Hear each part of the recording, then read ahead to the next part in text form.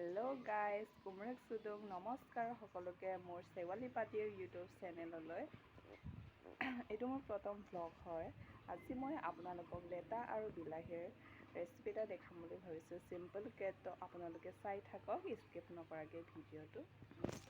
দিছোঁ এয়া মই বিলাহী লৈছোঁ, বিলাহীটো কাটি দিছোঁ। তাৰপিছত লেটাটো টুকুৰা টুকুৰকৈ কাটি দিছোঁ। আপোনালোকে চাওক এনেধৰণে কাটি কেনে। এতিয়া মই দিম কেৰাহীত তেলটো দিয়াৰ পিছতে দিছোঁ পিঁয়াজ, তাৰপিছত বিলাহীটো দিছোঁ।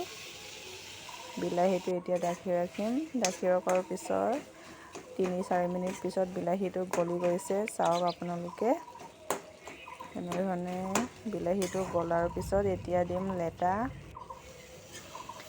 লেটাটো দিয়াৰ পিছতে ৩-৪ মিনিটমান ভাজিম। চাওক আপোনালোকে এতিয়া মই ঢাকনিটো খুলি চাওঁ। ৪ মিনিট পিছত এয়া চাওক হৈয়ে গৈছে প্ৰায়।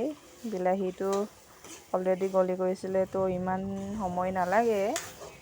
লটাটো দি দিয়াৰ পিছত চাওক আপোনালোকে প্ৰায় হৈ গ'ল। এতিয়া মই লাষ্টত দি দিম পুদিনা পাত কেইটামান। চাওক এয়া হৈ গ'ল লেটা আৰু বিলাহীৰ ৰেচিপি। তো আপোনালোকে যদি ভাল পালে লাইক, কমেণ্ট, শ্বেয়াৰ, ছাবস্ক্ৰাইব কৰিব নাপাহৰিব।